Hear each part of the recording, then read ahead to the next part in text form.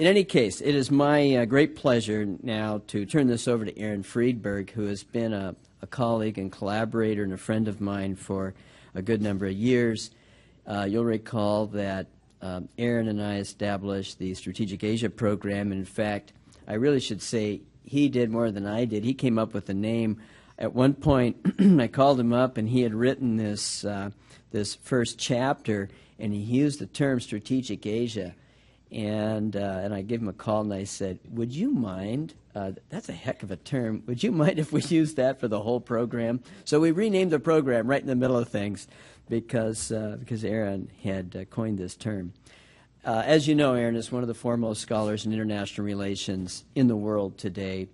He's been at Princeton now for more years than he probably would care to admit, and has served in government at the same time, again personifying the kind of individual who is able to accumulate enormous wealth of knowledge and experience, primarily in the academy, reaching out and learning from people in Washington, D.C., and he has very special relationships here, and then, of course, experience it actually in government, working in an administration, on the ground, and then returning to Princeton. So without further ado, let me turn this over to Aaron Friedberg.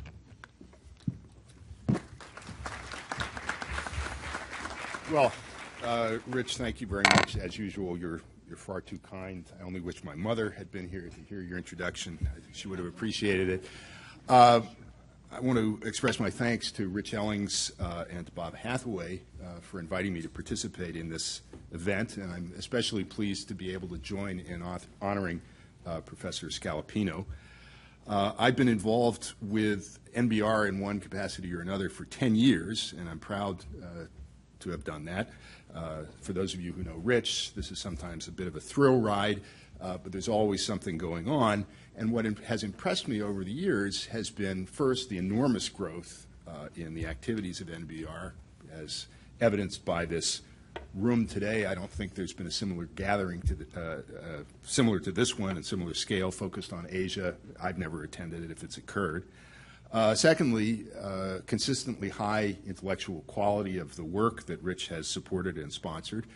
And third, the increasing impact, I think it's fair to say, of NBR's activities on policy and policymakers. And Roy Camphausen, who runs NBR's operations in Washington, I think has done an extraordinary job of finding ways to reach out to Congress and to the executive branch and to bring to bear some of the work that's being done by scholars and others at NBR and to help shape American policy.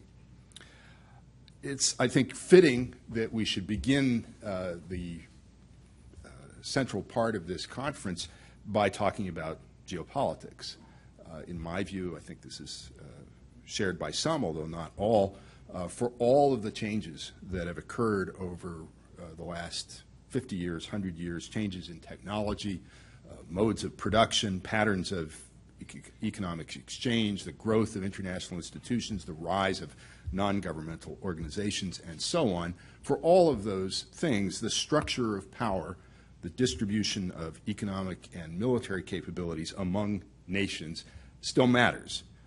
The distribution of power still shapes and constrains the behavior of states, even if it doesn't determine them. Policy, choice, strategy matter too.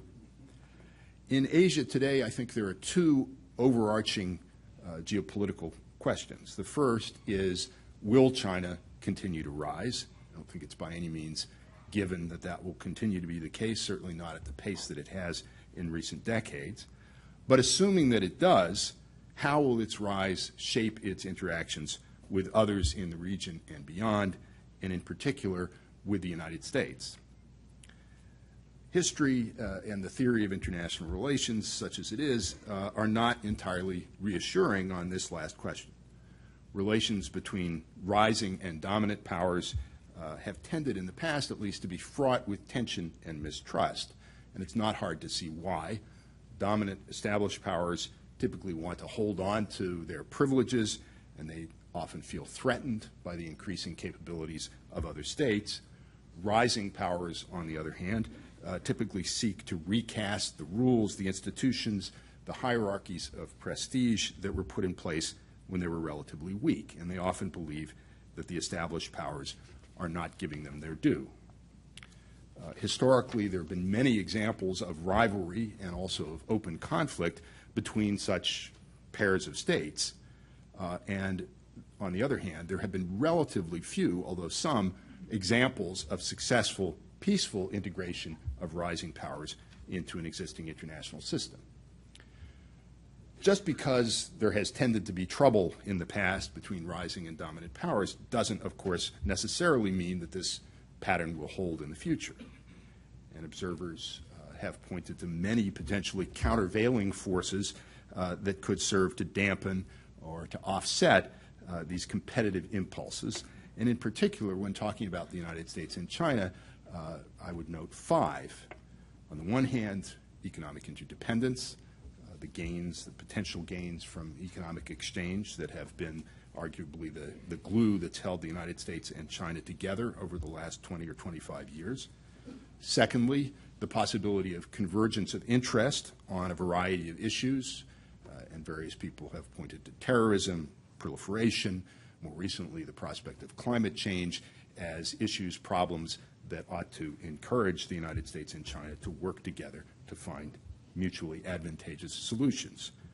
A third factor that some have noted is the growth of international institutions, which arguably have tended to bind both the United States and China together more closely than they would be otherwise in the absence of such institutions, and which may give China a stake in maintaining the existing international system. Fourth, something which hasn't happened yet, but which many people expect will, the prospects for domestic political liberalization in China, which, when it comes, may increase the prospects for the peaceful resolution of disputes between the two countries and may minimize the number of points on which, in fact, they disagree. Fifth, and finally, a potentially offsetting or stabilizing factor, the existence of nuclear weapons, which many people believe have not only discouraged major wars between nuclear-armed powers, but discouraged them even from getting into situations which might lead to confrontation.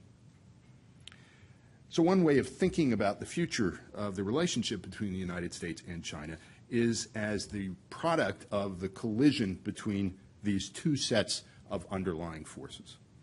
And I would say it's difficult, even impossible, to predict what that outcome will be.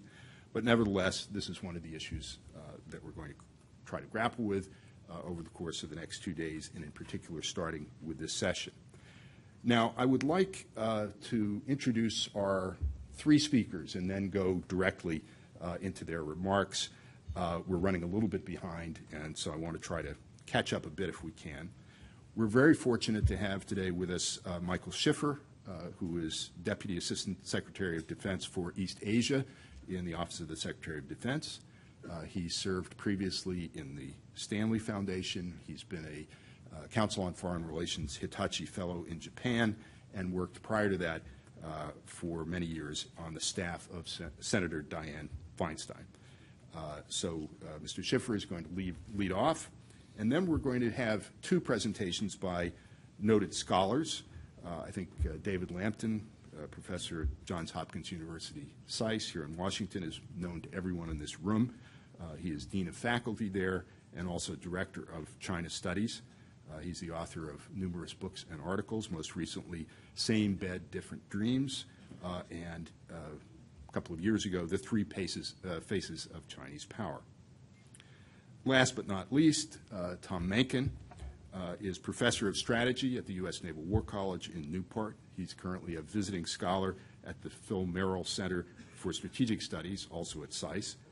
And Tom served with distinction for 3 years between 2006 and 2009 as a Deputy Assistant Secretary of Defense in Policy Planning in the Office of the Secretary of Defense.